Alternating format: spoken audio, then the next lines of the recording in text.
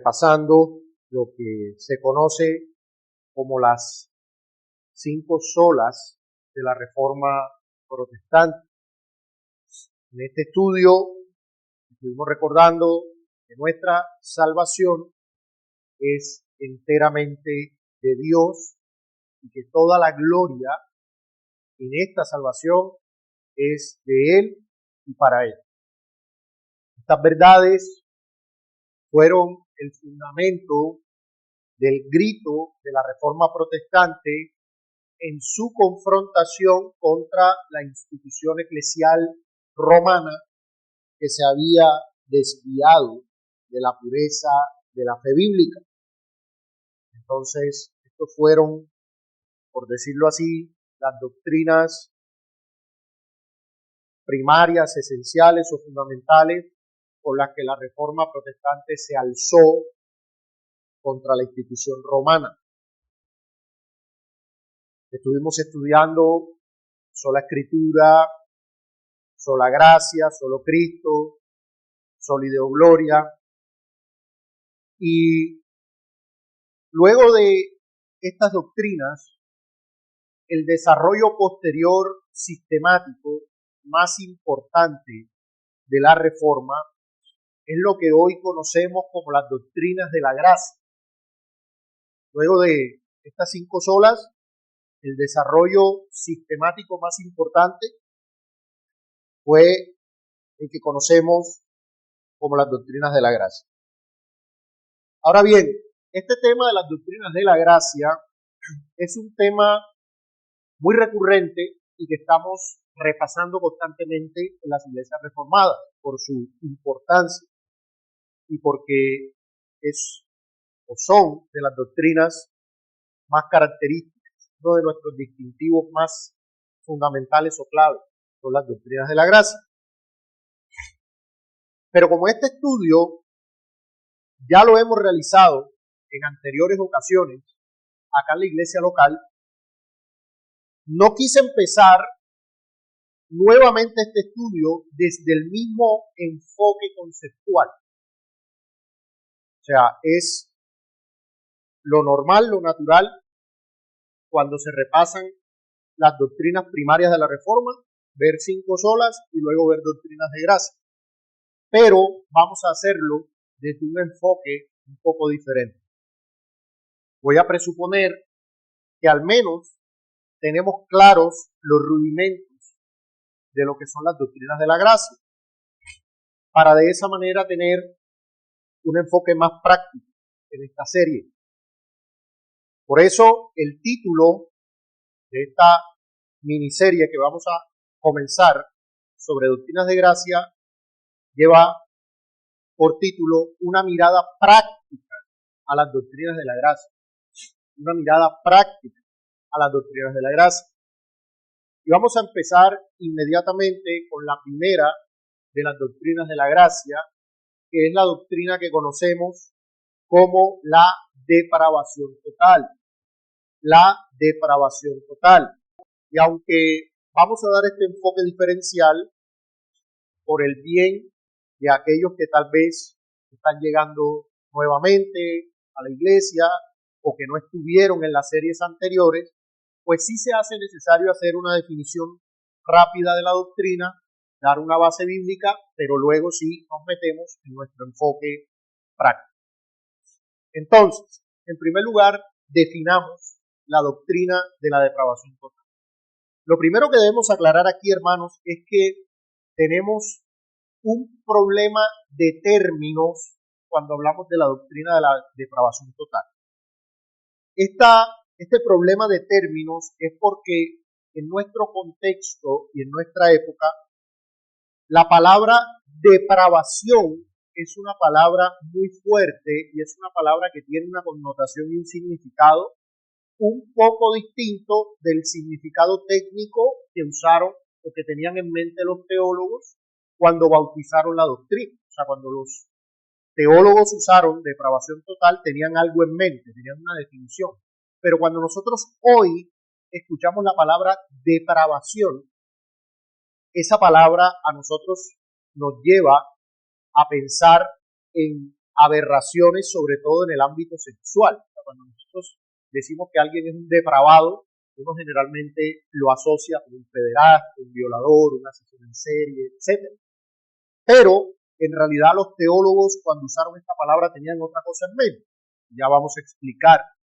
Es por eso que algunos teólogos más recientes, como el pastor R.C. Sproul, ellos decían que la expresión depravación total no le gustaba tanto, que a él le gustaba más otros nombres que se le han dado a la doctrina, como por ejemplo incapacidad total o corrupción radical. Esta era la que más a él le atraía, corrupción radical.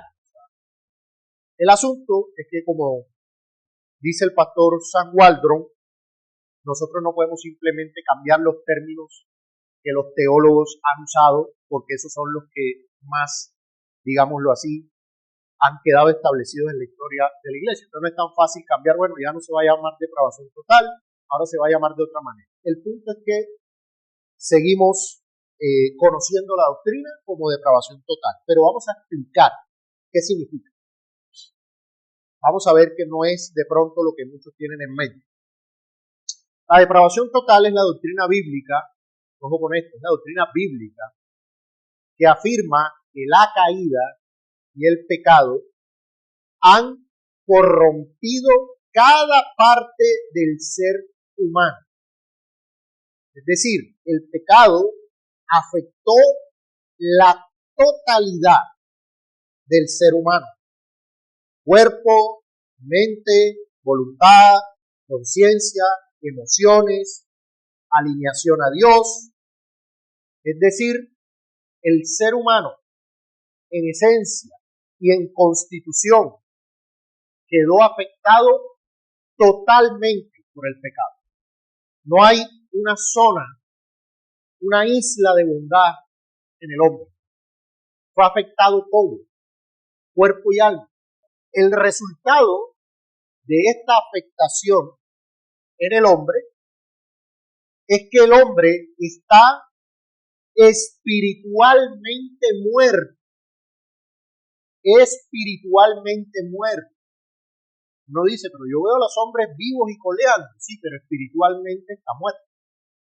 Él está vivo físicamente, pero espiritualmente está muerto. Y esta muerte espiritual trae como resultado una incapacidad de buscar, amar, agradar a Dios por su propia iniciativa o por sus propias fuerzas. Es decir, no quiere ni puede. Esto es importante. No es solo que no puede ahí, pobrecito, no quiere ni puede. Producto de su muerte espiritual. Aquí entran o son de utilidad las ilustraciones, ¿verdad? Un muerto físico no puede hablar, comer, andar, no puede hacer nada. Un muerto físico está muerto, es incapaz. ¿Sí? Bueno, un muerto espiritual, de la misma manera, no puede hacer nada en lo que tiene que ver con lo espiritual. La fuente está contaminada. La fuente, el corazón del hombre, está contaminado. Por ende, todos los arroyos también lo están.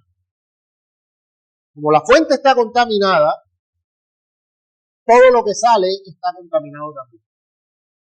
Si el corazón es perverso,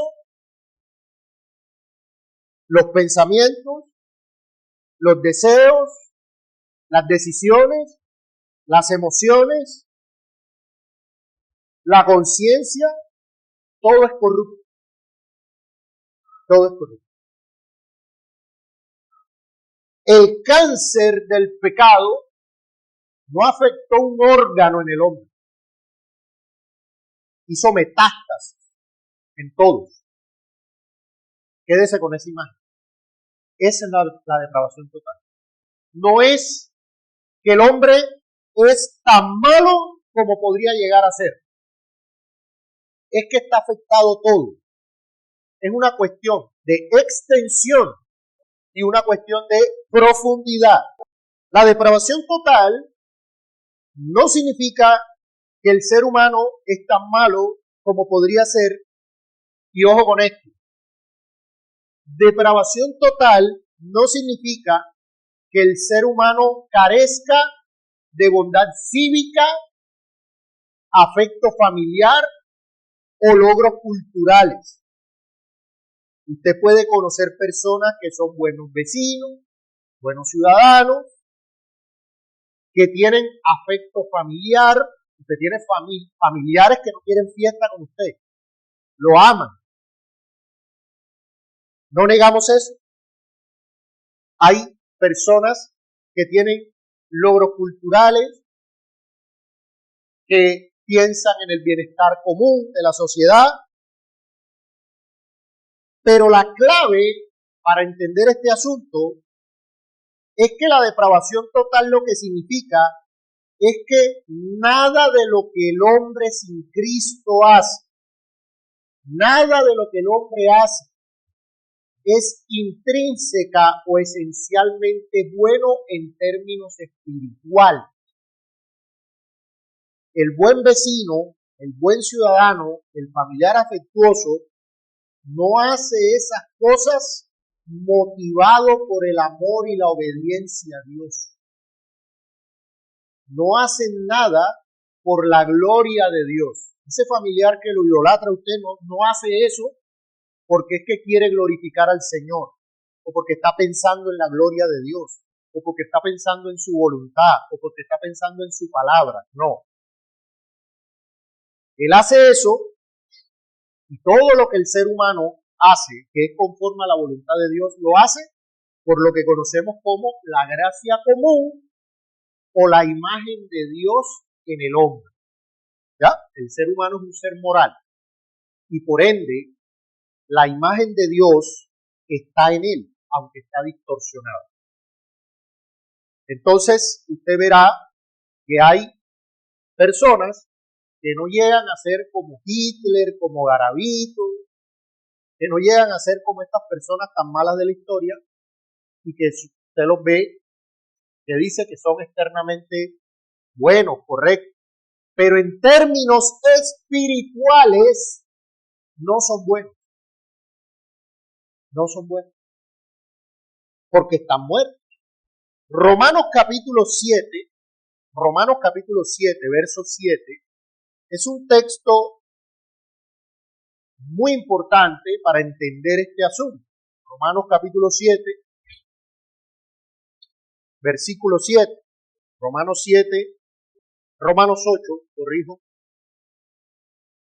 8, versículo 7, dice lo siguiente: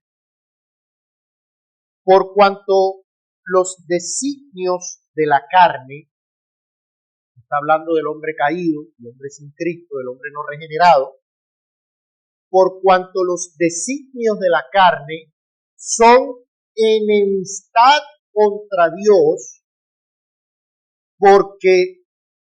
¿y por qué son enemistad contra Dios? Porque no se sujetan a la ley de Dios, ni tampoco que pueden.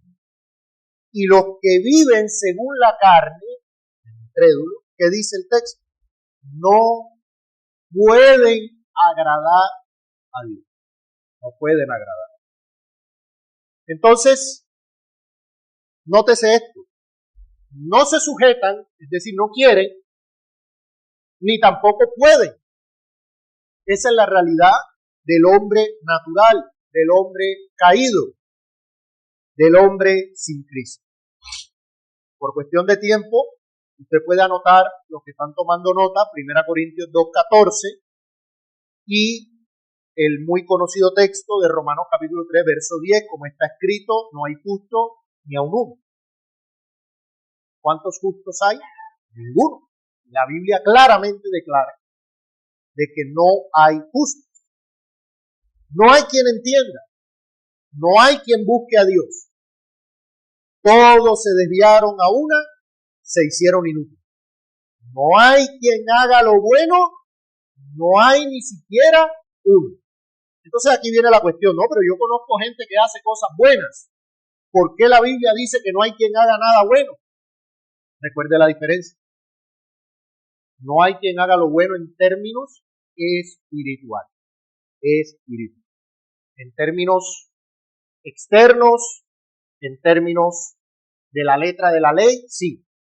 Pero en términos espirituales, en esencia, en fe, de corazón, no. ¿Sí? Las personas tienen muchas motivaciones para hacer las cosas, pero no la gloria de Dios. Entonces, hasta aquí, solo para recordar qué es la doctrina y alguna base bíblica. Pero vamos a lo que vinimos. Vamos a enfocar la doctrina porque, hermanos, aún como reformados, pareciera que no tuviéramos presente que esta doctrina es una realidad. Hermanos, nosotros hemos leído la doctrina, hemos escuchado muchas series de enseñanzas sobre la doctrina, pero al momento de ir a la práctica parece que no creyéramos la doctrina. No comprendemos, no tenemos presente las implicaciones de la doctrina de la depravación total. Vamos a ver varias implicaciones. No es una lista exhaustiva y tampoco las implicaciones están ordenadas por orden de importancia. Son simplemente un orden aleatorio. En primer lugar, si la doctrina de la depravación total es verdad, que lo es, están las escrituras, no existe neutralidad en el conocimiento. No existe neutralidad en el conocimiento. La mente humana, aunque es brillante, aunque es creativa, está caída. Bueno, yo ruego al Señor que nos ayude a entender estas cosas, porque es lamentable cómo nosotros somos engañados tan fácilmente. Todo pensamiento, filosofía, ciencia, arte, sin la luz de la revelación de Dios, es defectuoso.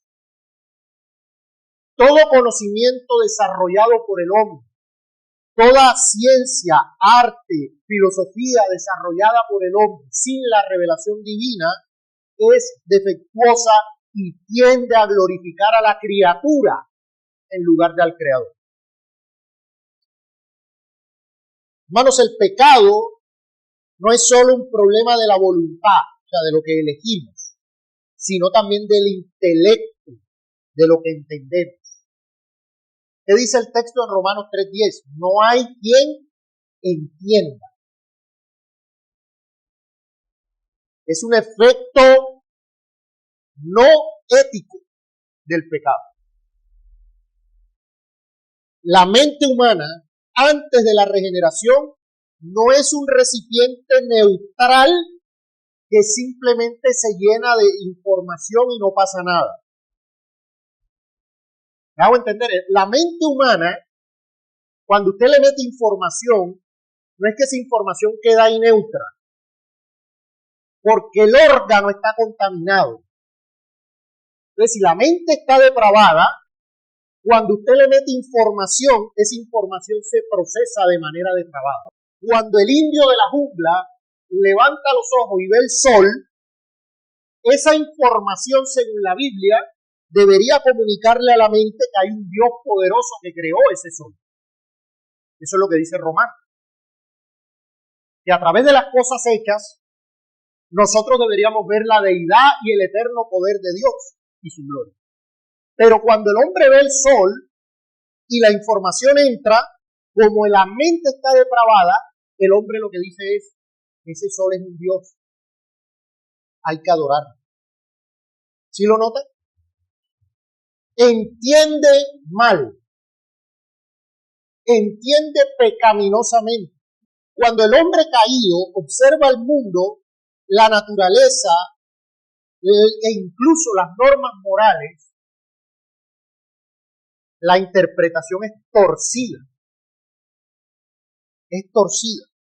Y la interpretación apunta generalmente a la autosuficiencia y la gloria propia. La filosofía, la ciencia, la educación secular no son neutrales, son religiosas. Hermano, ¿cuántos cristianos hoy piensan? Yo mando a mi niño a la escuela pública porque allá le van a enseñar de manera neutral. Allá va a aprender el conocimiento. Lo moral se lo enseño yo en la casa. Hermano, qué error tan garrafal. Eso no es entender la depravación total. En la educación secular, el hombre es el centro. ¿Usted cree que va a mandar a su hijo a la educación secular y le van a decir, hay que glorificar a Dios? Todo es sobre Dios. La cosmovisión es sobre Dios. ¿Le van a decir eso, hermano? ¿Usted cree eso de verdad? La educación secular lo que va a traer de forma sutil, ojo, sutil. Ahora no le van a decir, no adores a Dios y tal, no. De forma sutil, pero profunda, es la idolatría intelectual.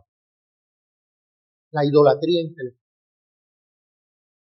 Hermanos, el problema no es que el hombre sea estúpido, por decirlo así. El problema es que es sabio para el mal. El hombre es sabio, pero por la depravación total, es sabio para lo malo. Y además de eso, es ciego para la verdad de Dios, porque está muerto espiritualmente. Hermanos, piensen en esto. Piensen en esto, mi querido hermano, mi querida hermana. Si el corazón del niño está depravado, y si el corazón del maestro está depravado, ¿en qué se va a enfocar esa educación? ¿Solo en habilidades y en hechos? Mientras que la soberanía de Dios va a ser ignorada. La gloria de Dios va a ser ignorada. Yo no sé si usted había visto esto, pero la depravación total, más que ser una doctrina para los libros y para los seminarios, proporciona un fundamento bíblico sólido para la decisión, por ejemplo, de la educación en casa,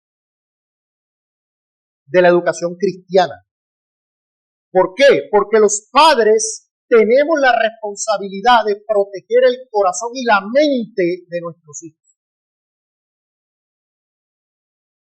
¿Cómo va usted a batallar con la contaminación intelectual que va a venir de la visión de un mundo que ha rechazado honrar a Dios? ¿Cómo va a ser usted para batallar con esas 8 horas de cosmovisión mundana para luego hacer un devocional de 15 minutos diciéndole que Cristo es importante?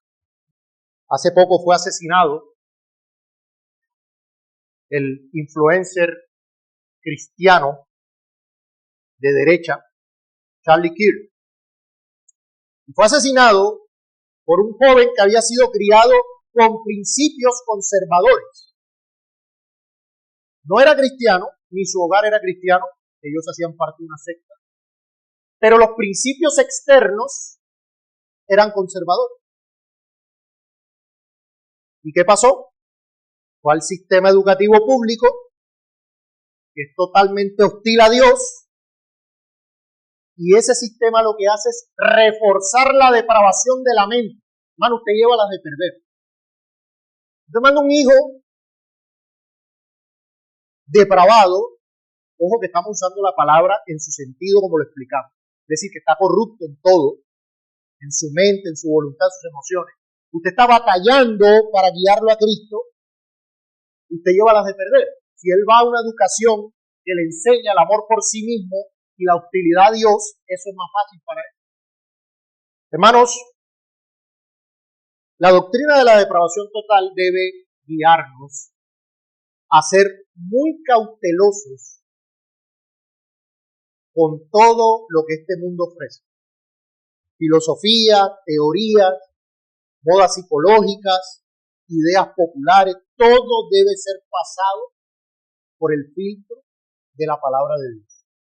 El cristiano debe ser cuidadoso porque él entiende que todo lo que brota de una mente depravada es peligroso. Hermanos, ¿cuántos cristianos no van por ahí, tienen una lucha de la crianza y se encuentran con un reel de una psicóloga moderna explicando una serie de cosas y de una vez van abrazando como si se tratara de una nueva revelación, de un nuevo canon? Hoy en día tenemos cristianos sumergidos en el estoicismo, hermanos. ¿Qué es eso? 10 reglas estoicas para no sé qué, 5 reglas estoicas, cómo ser estoico. ¿Qué es eso, hermano? Todo lo que no sean ciencias duras, usted debe ser muy cauteloso. ¿Qué es una ciencia dura? La biología, la genética, ya esas son cosas que ya eso no requiere, digamos, análisis. Eso está probado. Las matemáticas, etc. No, 2 más 2 no son 4. No, hay cosas que ya son ciencias duras. Pero todo lo que es ciencias sociales aplicadas debe ser analizado. Filosofía, política, economía, no, todo eso tiene que ser analizado. Hay multitud de trampas intelectuales en todo esto. Satanás es astuto. No, este es cristiano, lee la Biblia, entonces vamos sutil. ¿Sí? Como dice el apóstol, no ignoramos sus maquinaciones. Hay cosas de estas que pueden tener ciertos elementos de verdad. Por ejemplo, el estoicismo, ¿por qué es tan atractivo? Porque busca la paz, ¿verdad? La tranquilidad, ¿no? Nada me mueve. Pero ¿cómo lo hace? En el control del yo, en lugar de la rendición a Dios. ¿Sí lo notan? O sea, vamos a llegar al mismo fin, pero por otro, vamos a llegar a un lugar, pero de forma ilegal. Son soluciones humanas a problemas espirituales que solamente Dios puede dar. Hermanos, ¿qué dice las Sagradas Escrituras sobre el hombre caído? Romanos capítulo 1, verso 21. Romanos 1:21 dice, pues habiendo conocido a Dios, no le glorificaron como a Dios ni le dieron gracias, sino que se envanecieron en su razonamiento y su necio corazón fue entenebrecido. Profesando ser sabios, se hicieron necios y cambiaron la gloria del Dios incorruptible en semejanza de imagen de hombre corruptible, de aves, de cuadrúpedos y de reptiles. Ese es el hombre caído. Ese es el hombre totalmente depravado. Eso es lo que hace, cambia la gloria de Dios. Busca una filosofía, busca un pensamiento, una cosmovisión que no tenga nada que ver con Dios y cree que así va a ser feliz. Va a buscar agua que no quita la sed y cree que de esa manera va a poder salir adelante. El intelecto en su estado caído produce razonamientos vanos. Una segunda implicación de la doctrina de la depravación total que muchas veces pasamos por alto. La hostilidad en la crianza. La hostilidad en la crianza. Hermanos, si la depravación total es verdad, nuestros hijos no nacen neutros. No nacen como una tabula rasa moral. No nacen como una hoja en blanco en la que nosotros podemos llegar a escribir. Nuestros hijos no nacen como angelitos inocentes, como muchos dicen. Decía Juan Carlos Ray, cuando usted ve al bebé chiquitico en la cuna, no diga que es un angelito, es un pequeño pecador. es un pequeño pecador. No estamos queriendo decir, hermano, yo espero que usted esté entendiendo. No es que, mira, pecadores, ya también. No, no es que todo el tiempo va a estar repitiendo eso. Es que usted debe entender la situación espiritual real de sus hijos. Si usted no tiene el problema claro, pues después no trabaja como debe ser.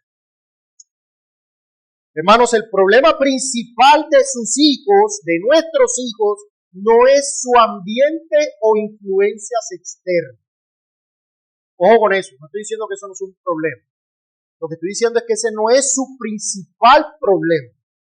Su principal problema es su naturaleza pecaminosa heredada de Adán. Heredada de usted y de Adán.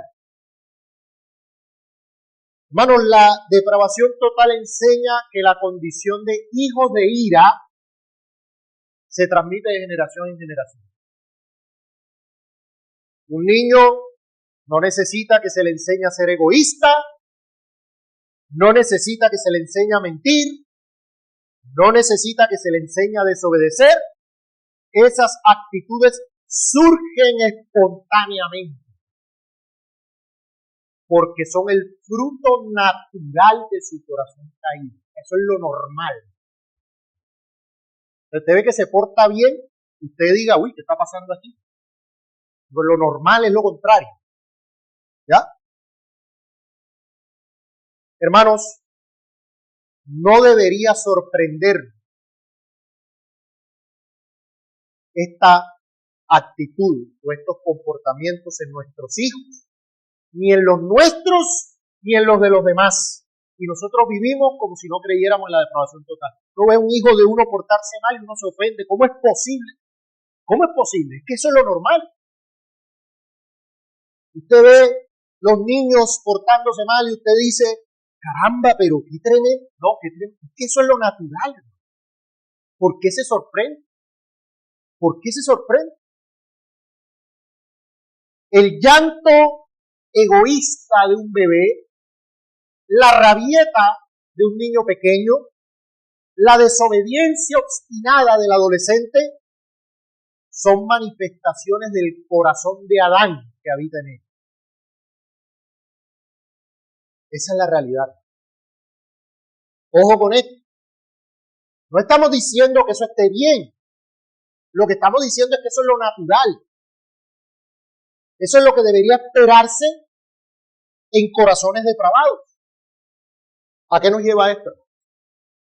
Que si nosotros creemos, como padres, la doctrina de la depravación total, entenderemos que la crianza que se enfoca únicamente en la modificación externa del comportamiento, regla, premio, castigo, sin abordar la raíz del pecado en el corazón, esa crianza es deficiente porque está tratando los síntomas de una enfermedad terminal. O sea, no podemos enfocarnos en cambiar la conducta, porque el problema no está ahí. Sí, eso es feo, es lo que nosotros vemos primero. Pero ¿de dónde viene eso? ¿Cuál es el problema real de fondo? Allá es donde toca atacar y luego afuera mejora si uno ataca donde es. Entonces, hermanos, la crianza es primariamente teológica y evangelística. Hermanos, no estamos buscando producir ciudadanos moralmente correctos. Ese no es el propósito. Estamos buscando niños que glorifiquen a Dios y le rogamos a Dios por el milagro de la regeneración en el corazón. Debemos confrontar la raíz, no las ramas. Ese es el punto. Pero nosotros vivimos, hermanos, traicionando nuestra teología. Decimos creer en la depravación total y que el problema está en el corazón y vivimos trabajando en la conducta, atacando la conducta, tratando de modificar la conducta y todo enfocado en la conducta y el corazón ahí sin tocar. ¿En qué depravación total creemos? Hermanos, ¿qué problema? ¿No piensa que es que las doctrinas son solo para memorizar, para debatir? Bueno, si esta es la verdad de Dios, o sea, tenemos ventaja, Dios ya nos dijo cuál es el problema. Entonces, ¿por qué seguimos atacando lo de afuera.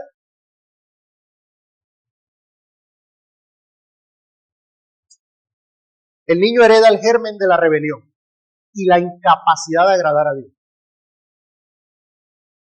¿Qué debemos hacer?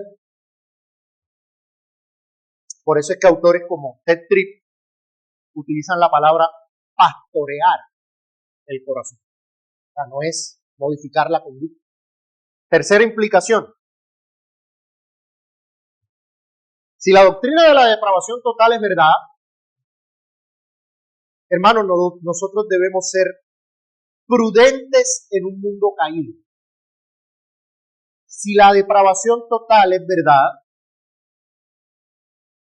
si el hombre está corrupto, depravado, incluso bajo el freno de la gracia común, no se puede confiar plenamente en el prójimo. Mucho cuidado, permítame matizar, ¿ok? Espero que se entienda lo que estamos explicando. Permítame colocarlo en palabras del Señor Jesús. Debemos ser prudentes como serpientes y sencillos como palomas. Si usted reconoce que la maldad, el egoísmo residen en el corazón humano, usted no se puede confiar de la bondad que la gracia común produce. Usted tiene que prevenir la maldad que la depravación total puede desatar. Permítame ilustrar con ejemplos. Hablemos del aspecto de los negocios. Hermanos, la deshonestidad, el robo, etcétera, eso no es una anomalía, es una posibilidad real. O sea, hay cristianos que viven confiados de una manera como si no creyeran en la depravación total. Hermanos, un empresario cristiano, por ejemplo, debe asumir que si no hay vigilancia, si no hay control, si no hay claridad, el fraude y la corrupción van a ocurrir. Se está tentando al pecador. No, que el pecador es culpable, sí.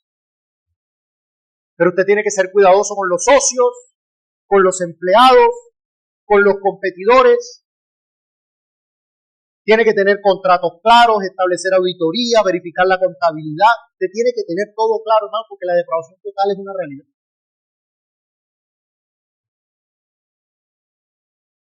No, esa persona es honesta, sí, dejémosle la caja ahí sin revisar nunca. Haga auditoría, haga arqueo. ¿Usted cree de verdad que el hombre no está depravado? Hermanos, es impresionante cómo a pesar de saber que la depravación total muchas veces resulta en lujuria desordenada en el corazón humano, hoy en día hay padres tan confiados con los hijos, tan confiados. Le dejan los hijos, aún sus hijas pequeñitas, a personas desconocidas, a personas con las que no saben qué puede pasar. Hay un pensamiento mundano, hermanos, que ha arropado a muchos cristianos que tienen que confiar en sus hijos. ¿Sí? Tienen que confiar en sus hijos, hermanos. A la luz de la depravación total. Yo espero que se esté entendiendo, no es que tiene que vigilarlos 24/7, pero hermano, usted debe establecer límites claros en el uso de la tecnología, en el uso de las redes sociales, en la interacción. No, sí, dejemos a nuestros niños chiquiticos allá en la casa de unos familiares lejanos, de unos tíos, unos primos segundos, terceros. No, no. Y esto no se basa en el miedo, hermano. No es un tema del miedo. Es un tema de conocimiento bíblico de la naturaleza de la caída.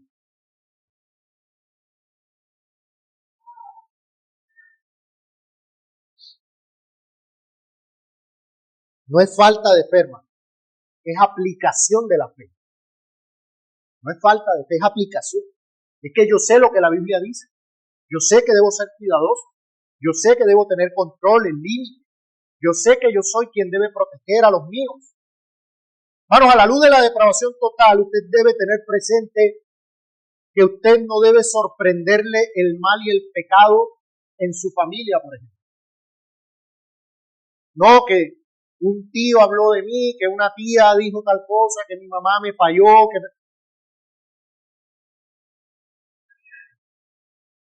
Uno debe prevenir, hermano. El hombre prudente ve el mal y se aparta. Mas los simples siguen adelante y son castigos.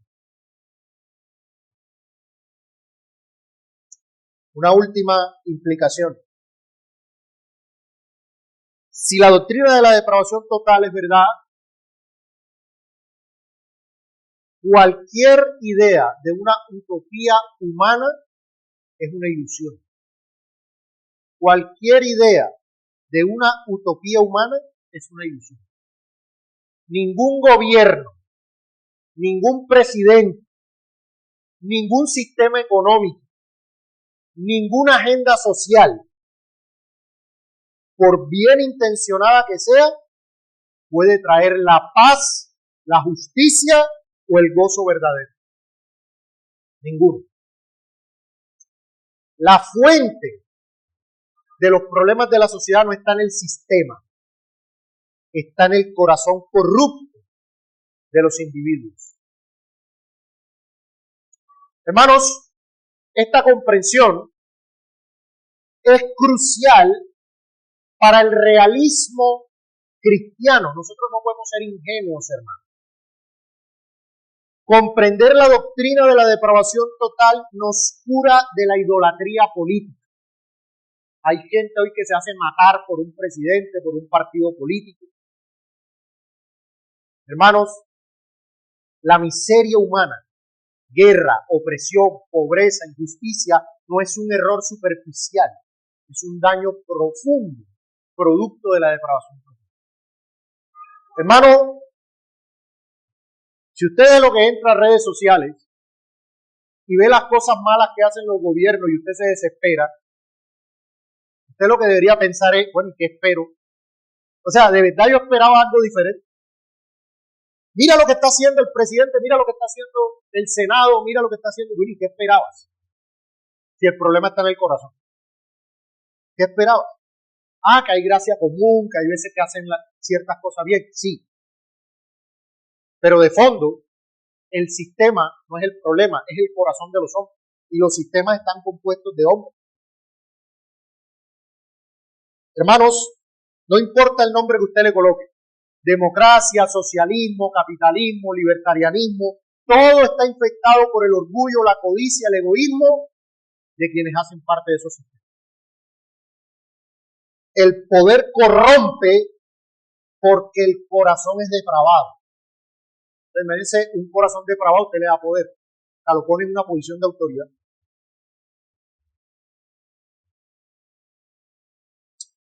Hermanos, solo la doctrina de la depravación total explica de forma satisfactoria las grandes maldades y aberraciones de la historia. Hermanos, mientras los psicólogos, los sociólogos, los filósofos siguen rompiéndose la cabeza intentando descifrar los porqués de la crueldad inexplicable, como por ejemplo los asesinos seriales, los psicólogos se parten la cabeza, pero ¿por qué? ¿Por qué lo hizo? Los teólogos bíblicos ya tienen la respuesta. Ya tienen la respuesta. La Biblia no se sorprende con la capacidad humana de la maldad, porque la depravación total enseña que la capacidad para el horror está en el corazón no regenerado. Todas esas atrocidades son la manifestación de la corrupción del hombre, algunas en más escala que otras, pero el fundamento es el mismo. La política y el gobierno tienen el rol ordenado por Dios de contener la maldad, de mantener el orden, pero la ley nunca tuvo la intención de cambiar el corazón ni de salvar al hombre. La ley frena el caos, pero muestra la necesidad del Salvador. Usted ve que por más normas que pongan, la maldad no para. ¿Por qué? Porque lo que se necesita no es más ley, sino el Evangelio de Cristo. Cuando usted entiende la doctrina de la aprobación total, usted escapa de la trampa de la idolatría social y política que consume a muchos hoy. Jeremías capítulo 17, verso 5 dice, así dice el Señor, maldito el hombre que confía en el hombre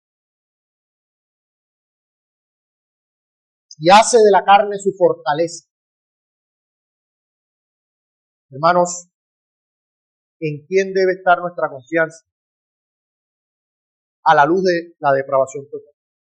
Únicamente en el Señor. La verdadera fortaleza y esperanza deben permanecer ancladas en el Señor. Así que, hermano, como pueden darse cuenta, esta doctrina no es simplemente un ejercicio intelectual interesante. Esta doctrina permea nuestra vida. Cómo entendemos el mundo, cómo actuamos. Debe llevarnos a vivir de cierta manera. A la luz de la depravación total, tal cosa. Que el Señor nos ayude, hermano, a poner por obra lo aprendido.